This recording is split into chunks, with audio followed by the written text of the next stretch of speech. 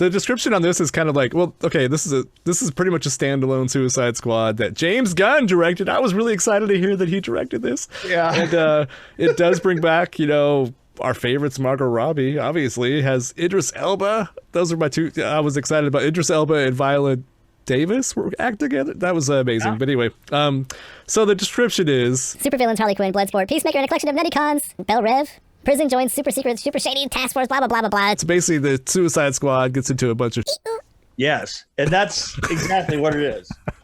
And Sylvester Stallone was part of this as well. Which one was Sylvester Stallone? He was the shark. Yum, He's the shark. Yum. That's what I thought. He was the shark. Yum, okay. yum. Yum, yum. No, it's better if you know it's him because Yes. Num num. I just pictured him like in front of a microphone making all these weird faces. This absolutely blew me away. I enjoyed it so much. I saw it in a theater, and the great thing about it is you just can't say how far out this show goes. No, it's a assault on the senses is probably what I would say about it. Absolutely. You know what? And it does it really well. I mean, some of the other Marvels can be assaults on your senses, but it requires Alka-Seltzer afterwards. But this one was just absolutely a treat. Yeah, well, compared to Deadpool, it was like Deadpool's here, then Suicide Squad's like kind of up here. It's for the pure lunacy of it. It's above the gore and violence. I didn't think that Suicide, after having seen the original Suicide Squad, and knowing that Margot Robbie went in and grabbed her own character back out of that and made her own film of it, which I thought was really good too.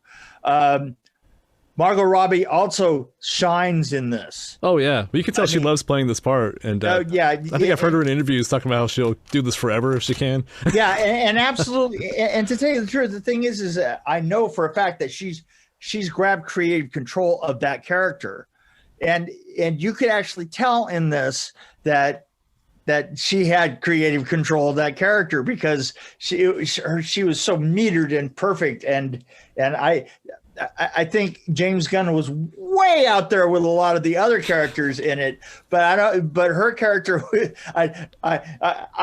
it's going to be weird, but Harley Quinn was the amazing stabilizing force. She was, she was. I was thinking that too. She's kind of what keeps everybody together. It worked. She did really keep everybody together. I don't want to get too much into the plot, but there were two groups, and they kind of. That's how it worked out. It's impossible to get it.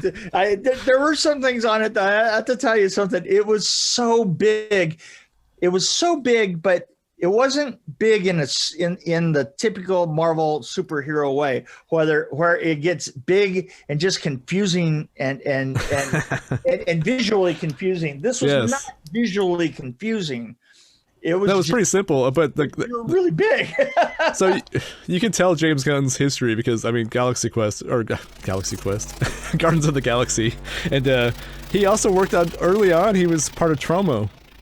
Yeah. So you could tell that there's a little flavor in there, and I think he likes a little chaos, and that's what this was. And I've had people tell me that they hated this movie because they thought it was ridiculous and it just didn't make any sense. I'm like, well. Because you don't get what it's all about. It's Suicide Squad. It's supposed to be like that. This is probably closer to the comic book than any other one. The other one kind of made sense. Yeah. Well, this is closer to the comic book, and I think the comic book was. It's just it's just such perfect chaos. This is really stupid. I mean, the jokes are stupid, but I think they're meant to be really stupid. It was some of the jokes. It was like watching Disney, like some of those like teenage comedies, with the dumb jokes. Some of the dumb visual stuff was just so great. There's I don't want to get too into it, but there's a creature out there that literally looks like a bunch of pillows.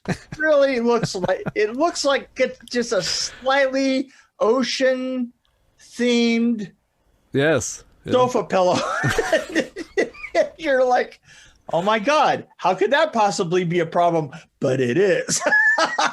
It kind of goes along with a lot of movies we've been reviewing lately too. Yeah, it really does, man. There was like a whole, there was a whole. It was like another movie. The third act was like probably my favorite part. Oh, Where absolutely. that pillow thing came out. That was the one. Is as soon as I saw the first couch cushion, I was like, wait a minute, because it did look like a couch cushion, and when some guy grabs it, it's like, oh, cute, and then things get bad from there. Yeah. Well, clearly this was a movie that made fun of itself, and I think it made fun of the genre a little bit. I mean, without being too, silly or whatever. I mean, every character is ridiculous if you really think about it.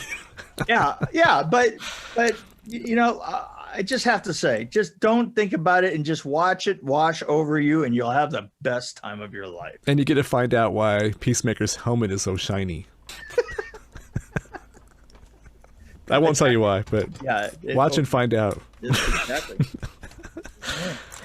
So, what did you think of John Cena? I think they could have done more with him. He kind of, I guess with so many people in there, and Idris Elba takes over every scene he's in. John Cena's character was probably the weakest in the whole batch, and not only was it weak, but he just did things that you just, were questionable. But at the same time, it's hard to. Well, he's kind of got like a limited. I don't want to be negative about John Cena because I love him, but he's kind of had one range, is what one area that he works in. It's kind of where he is. He does, and he didn't even get through all of it in this. No. I do like my favorite quote from this was, "I'm a superhero. I'm a superhero." Yeah. Don't ever say that. No. It's just not good for anybody when you say that. Right, exactly. Don't brag about yourself. That's the moral of the story there. Yeah, the moral of the story, and you'll see what happens. You'll see what happens. Yeah.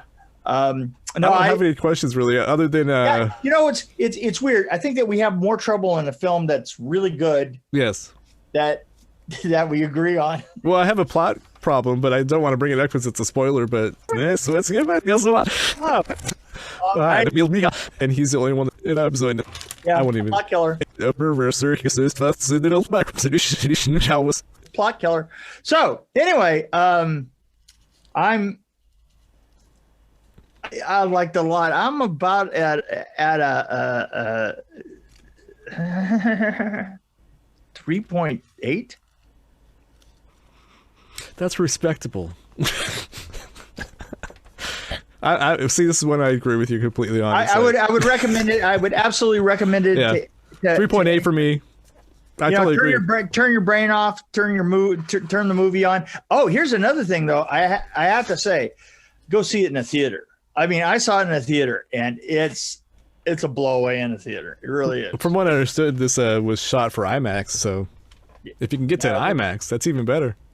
It was, to watch people run around and scream and stuff like that, and be assaulted by, star pillows. Yes. Star pillows. Do it in a theater. Do it in there. Oh man.